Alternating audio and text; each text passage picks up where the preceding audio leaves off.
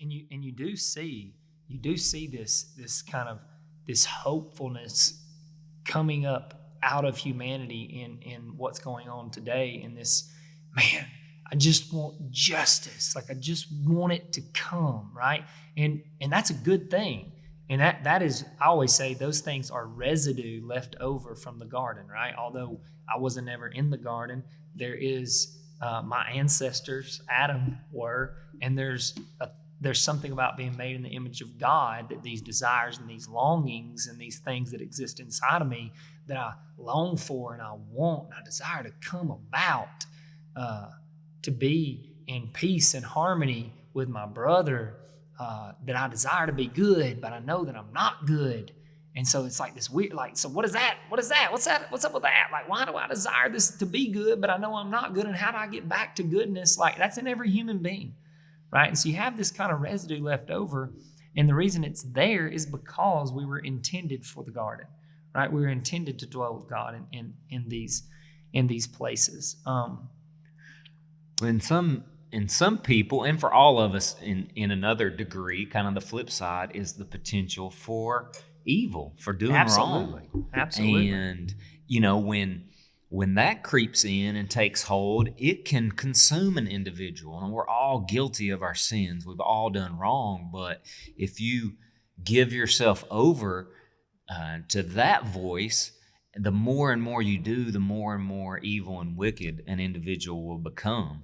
And then from there, a society and a whole planet of people can become so evil and wicked, and only those desires in their hearts at all the time. And that's what we see in the Bible. Yeah. So we fall if we don't think that we're capable of such evil things. The Bible gives us a picture that from the place of the garden, humans fell into this such a wicked place that this good and holy and just God decided the only option was to start over. Yeah.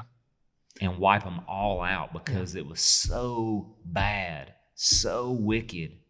And so it's very possible for humans to go down that path. And so we see it now. Yeah. We see it through history. And in the Bible, we see that that's been the trend. That's the very real possibility because of sin in our heart from the very beginning. And that becomes a reality. And God in justice does something about it, but with a plan for redemption also rescues and saves one family to start over. Yeah, so you have this covenantal shaping of reality in Genesis, and then when it's broken because of man's desire to reshape reality, to redefine it, and he moves forward. And we see this, and we come to the flood where man is wicked, and he chooses Noah because he's righteous in his day, and he saves the family. But then right after that, Noah gets off the ark, and he gets drunk, right? And then you see Noah's line all of a sudden come to the Tower of Babel, and we're right back to where we were, because here's King Nimrod and humanity, and not all of humanity, but King Nimrod and this group of people that instead of being fruitful and multiplying as God had commissioned Noah, the same as he had Adam, they said, we're going to settle here in this valley. We're going to settle and make a name for ourselves and make a tower to the heavens, just in case that God comes back and tries to flood the earth. We'll show him, right? And then God's like, all right, confusion, languages go, right? And so it happens, and then that sets out. But the reason those things are important in the conversation we're having right now is to see that, like you said, humanity inclination in so many ways is evil in the sense to go out and redefine reality the way that they see fit. And so that's what you have, right? And so all of a sudden, you have God finally deciding, and not finally deciding, he had decided from the beginning, like you're saying, but it's like God in chapters 1 through 11 allowed us to go through certain things without choosing a people to keep his name in the earth, right? And so you see this, and it's like, okay, Adam and Eve, get to Noah, get to Tower of Babel, right? And and God's like, all right, okay, I'm going to choose a people for myself, not just to be a blessing to them, right? I'm not choosing them or extracting them or electing them for their sake. I'm electing them for humanity's sake, so that humanity can learn who I am and what I am like through this nation, so that this nation will be a blessing unto the nations, right?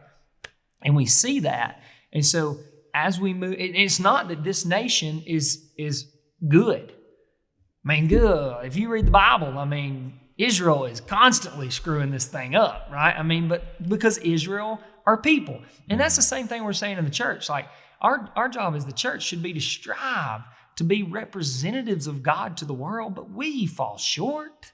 Like, we struggle. We're not saying to the world, we're really good and you guys suck, right? We're saying we all kind of suck, and we're trying to strive after what this God has called us into, which is a life of repentance, of repenting and recognizing that we are broken, that we are flawed, that we need help, right? And that's what the Christian life is all about. But we get back to Israel here, and we see this happening, and so we come on the scene of these really difficult. You want? Yeah. Well, yeah, I just to set that in particular up, and you've said it, but I'll just say in particular that God calls Abraham. He calls one man, and he promises Abraham he's going to make a nation out of him and his descendants. And so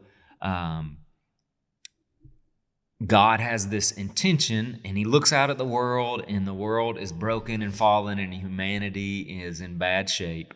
And so he chooses this one guy to work from, and he begins to bless him. But like you said, it's not because he is inherently good, but he knows of God. He believes in the one true God, and so that's something to work with. Mm-hmm. And he's going to work with this imperfect vessel to create a people who are imperfect people, but they're going to carry his name and help the world know who God is through them. But he is calling them out of the world. And you've said as much, but just to emphasize that, there's a separation, an election, but a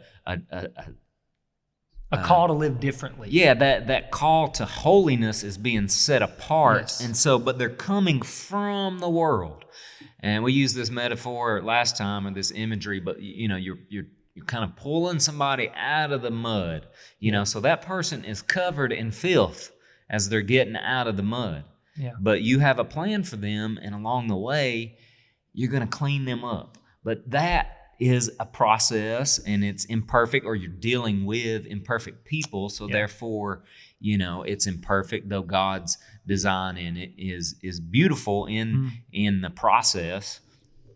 But when we meet Abram, who becomes Abraham, then that's in a historical place, in a historical setting. Yes. That's in ancient Near Eastern world, Mesopotamia. It's approximately 2200 BC. A polytheistic world. Yeah, I mean, very much. Joshua tells us that Abraham himself was believing in multiple gods in Joshua 24, right? That his father Terah, that they worship multiple gods. And so it wasn't like Abraham, like you said, met a checklist of, believes in me, I'm going to choose that guy. No, he like you said, he pulled him out and he said, this is who I am. I am the one God, the only God. And that's a big deal. That point in and of itself, it's the main thrust of the religion.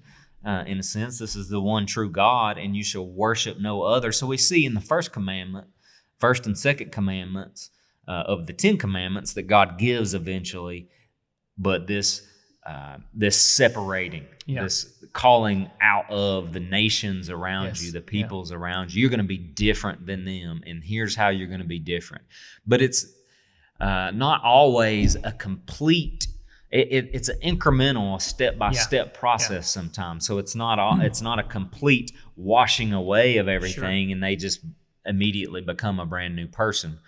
So there's a historic setting. There's societies that these people exist within. And I was just noticing the first time, I think this might not be exactly true, but the one of the first times the word slave is mentioned is when Abraham encounters one of the kings that he meets on his journey to the promised land. And, you know, the king has slaves. Yeah. And then later on, and God promises to Abraham that you're going to inherit this land, but your people are going to go into Egypt and, you know, sojourn there for a while, but you're going to be held captive. Yeah. And so when God calls Moses, you know, 400 plus years down the road to deliver the people of Israel out of Egypt, it's because they are being held as slaves. Yeah. And being treated harshly, the Bible says, Yeah. in particular as well. The Pharaoh of Egypt at that time, though in the story, Israel goes into Egypt under Joseph under favorable conditions.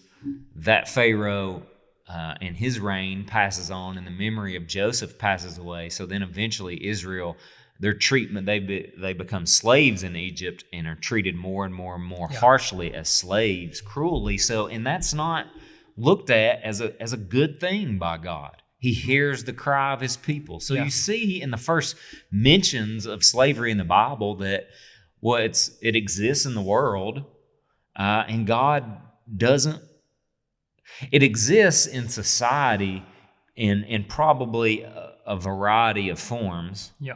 But then when God sees the cruel expression of it, like, so there's a distinction of more and less cruel. That doesn't mean any of it is good or ideal. Yeah. But in terms of if we're going to look at it realistically, if we're going to look at it Some fairly, people volunteered themselves into slave labor to pay off debts in the Bible.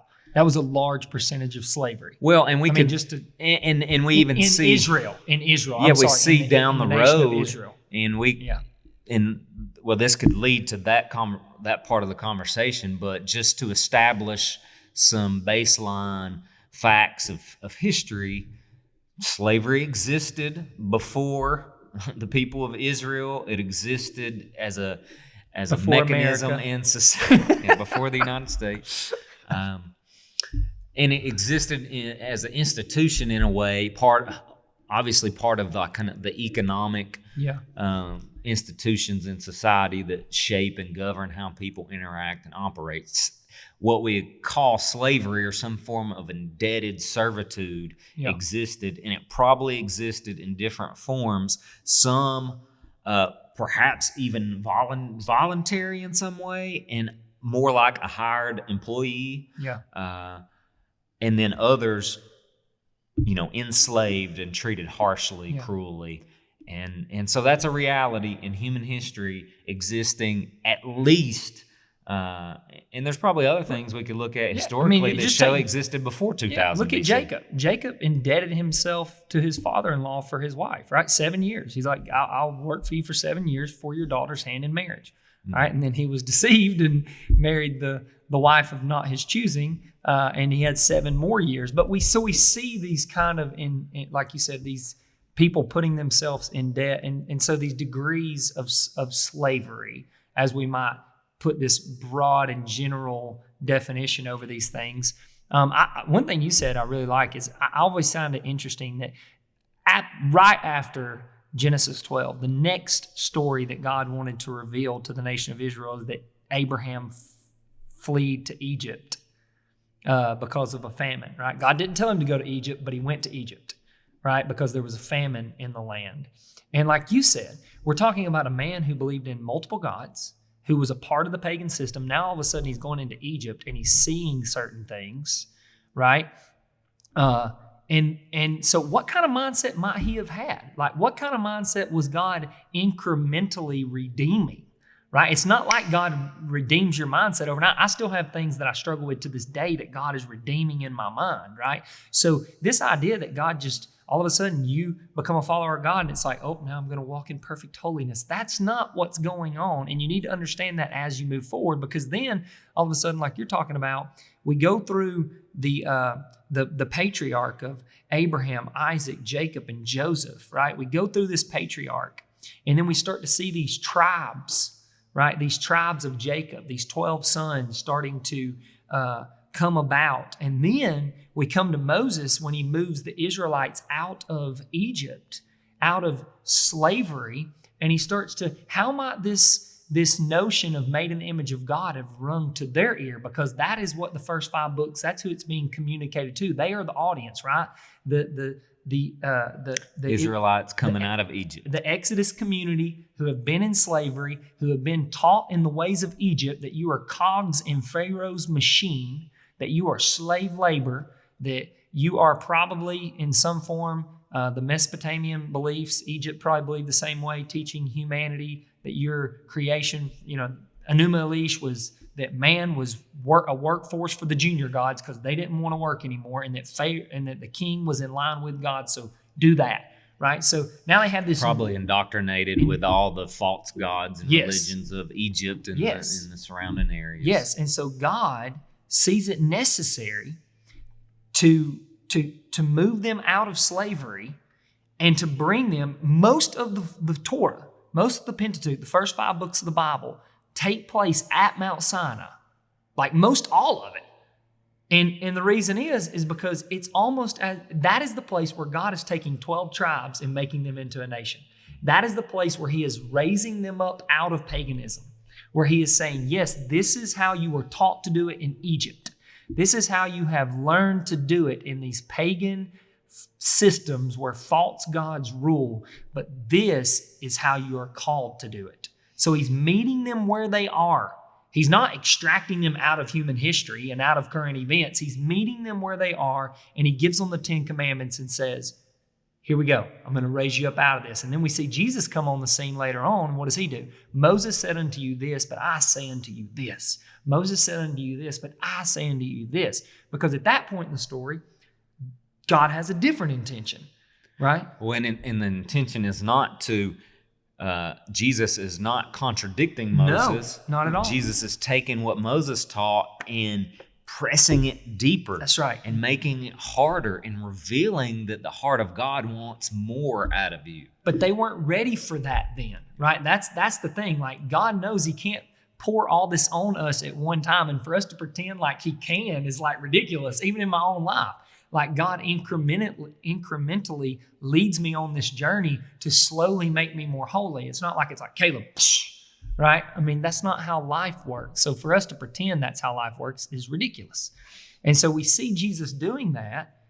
And what we see is him pointing back and going, yeah, we even see Jesus saying things like this. Yeah, God gave you divorce law. Moses gave you divorce law because he knew that's what you were going to do. Therefore, he wanted to give you, your heart was hardened. He wanted to give you a law surrounding it so that you look different even there from the other nations. Like, divorce is not God's intent. He makes that clear. It has never been his intent. But he gave you a law surrounding the things that you desired to do so that at least you would look different from the surrounding nations. So when it comes to slavery in the Bible, it needs to be understood through the exact same lens. We know from Genesis 1 and 2 that slavery was not God's intention for his people, for the children of God.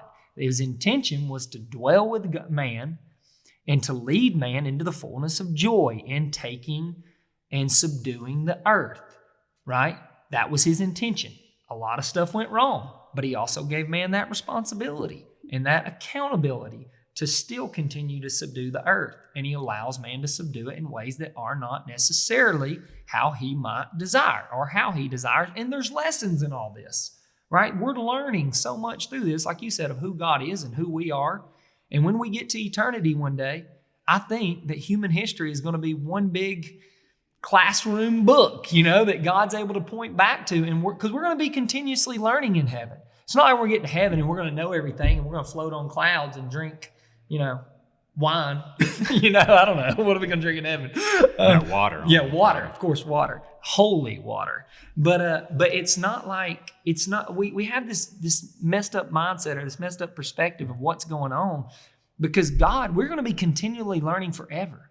Wouldn't it make sense that we're probably going to be learning from this massive history, that God has more in store for this history than just for it to be done away with?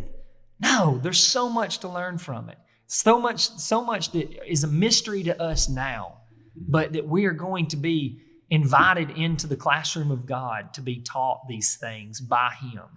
right? And we're going to have so much more revelation of what actually was going on and what actually was taking place, because now the spiritual and the material are going to meet. We're going to see two timelines that are not connected. And man, how might history look then, right? And so I just think that is an appropriate way to look at slavery in the Bible without even getting into the specifics of the text, by just going, this was God accommodating himself, meeting Israel where they were in the culture and in the day that they were in. Well, and to touch on not necessarily specific text, but just the way that as you read the text, to press in just a little farther on the point that you were making, then we see Israel coming out of Egypt, they themselves slaves. Yes. So they were a part of a socio-economic system where slavery was very much an intrinsic part of it. Bitter. They were probably bitter. Well, bitter, but as well as, well, that's what you know. Yeah. And in some way, now if we're going to endeavor in something industrious, we're going to need help. So just the fact that you're going to have to employ someone else in some way is a natural part of it. But so they understood an option was to have this person come on as their bondservant or their slave. And so again, there's a reality that is more varied than perhaps the ingrained picture of the American slave trade. There's this socioeconomic reality of that slavery is a part of, but what God does, because like you said, it's not that he sanctions slavery, but he realizes that this is part of the world that he's in. There's lots of other things that man has created. Man created these things. Yeah. Like you said with divorce, but as well having these multiple wives that all the patriarchs had, and that was so common. That was in not this time. God's plan either. From Genesis 1, Yeah. you shall leave your mother and father and become one. He never designed that. Yeah, and we see in other places in Scripture that he eventually, puts in place. Don't do it that way. Yeah. And so there's lots of other instances, is my point, other than the slave issue. But on the slave issue, then if we get into Exodus and Leviticus and see the laws around it, what God is putting in place is a more just and fair treatment of those in the society, in the nation of Israel, who are going to be in the position of slaves. Some of those people are other Israelites in some way, though then he goes on to say, no, don't put your fellow Israelites into slavery. Because they're going, maybe something we need to do to bring some context to this is he's preparing them to enter into the land of Canaan, to take the land, right? So you said this socioeconomic system that you were a part of, don't take that into the land. Right. As you're conquering these nations, as I'm helping you conquer these nations, because I promised your father Abraham the land, do not take the system of Egypt into the land and do to these people as you have been done to.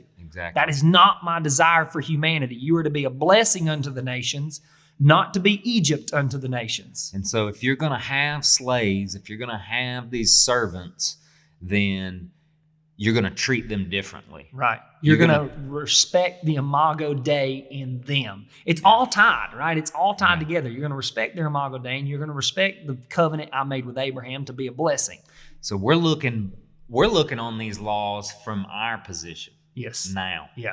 A world that has been positively, might be some people would debate, but positively impacted by 4,000 years now since this time of Judeo-Christian worldview and the impact on humanity, to where we look on these things as abhorrent, rightly. Yeah. We should. Yeah. But we're looking back on what God did then from our perspective, and we say, oh, that's not just, that's not a good thing. But God has not put in place a system and a law to then be carried out for the rest of time. like it's a prescription for all of humanity. God gave that in the beginning, and Jesus helps clarify and edify our thinking on it to improve it. But where God is intersecting these people, as you've said, where they are. Yes. And so he's saying, don't repeat, don't duplicate what you've seen. Actually, you're going to treat these people better than what you've known, better than what you naturally would have, better than what you've learned from the system you've been a part Egypt, of. From a system that did not believe in Genesis 1 and 2 and in the Imago Dei and in the monotheistic God, the one true God. And we even see it in the overall justice system. The concept of an eye for an eye is not a prescription to go, you must go take the other person's eye. It's saying you can't do more than that. Right. And it's in the hands of the judges that I've implemented. So, and so then when we see in Jesus, he comes along and says, you've heard it say eye for an eye, but I say turn the other cheek. And it's like, whoa. But before, it wasn't a prescription to go gouge out their eye to get vengeance. It's saying, no, you can't go kill them because you lost your eye. Yeah. It's equitable repayment for the wrong done. And so it's putting restraint on the people. And the same laws around slavery, it's putting a restraint on what the sinful human being might want to do, which is mistreat this servant, this slave that they've had. God's saying, no, you're going to treat them more fairly. Yeah. And so he's put in place laws to regulate that. And for me, I used to think the same thing. So this was revolutionary for my understanding of the Bible once I came to appreciate the Bible for what it is and what it's saying in the historic context. That's what I was about to say. I was going to say very briefly, but I hesitated because I know that wouldn't be a brief answer. But for you to start to see these things more clearly, what you did was, not to get into, certain term, but there's a way of reading scriptures where you exegesis versus eisegesis, right? And exegesis is, like you said, you treated it fairly in the context that it was in, and you extracted it out of that context, and you read it through that context, how it was intended to be read, how the Exodus community would have heard it, not how Dustin Coker would have heard it, how the Exodus community would have understood it, not how Dustin would have understood it. And instead, what we do nowadays, especially a lot of questions that come from a lot of people on Facebook and YouTube, what I see is people are eisegesis, right? They're reading their context, like you said, into the Bible, and they're so misled in what's going on, and they don't understand the story of God because they don't appreciate what God is actually doing. Like, God was doing a revolutionary thing here at Sinai. Like,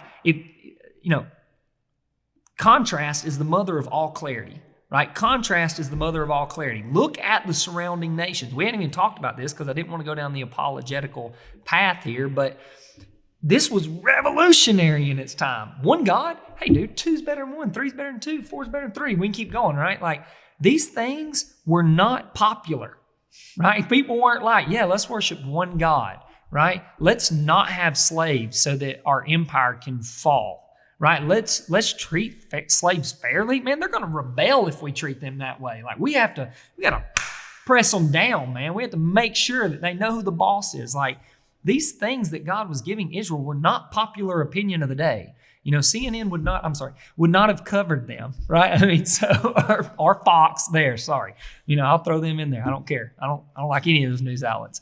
But the point is like, this was not like Israel was piggybacking or Moses was piggybacking or the Bible, Old Testament, was piggybacking on surrounding nations and the way that they viewed the world. There was no humanitarian trend, not at all, movement to liberate the oppressed peoples going on. Not at all. So one thing I want us to take from all this is that slavery existed from the beginning, from the very beginning. At Babel, we see it at Babel, King Nimrod, right? I mean, it started in Genesis 11, probably previous to that. I'm just telling you, like, that's where it starts. So we get to America, right? And we're gonna tread softly here, but a couple things that I think are happening in the narrative as it's being presented in America that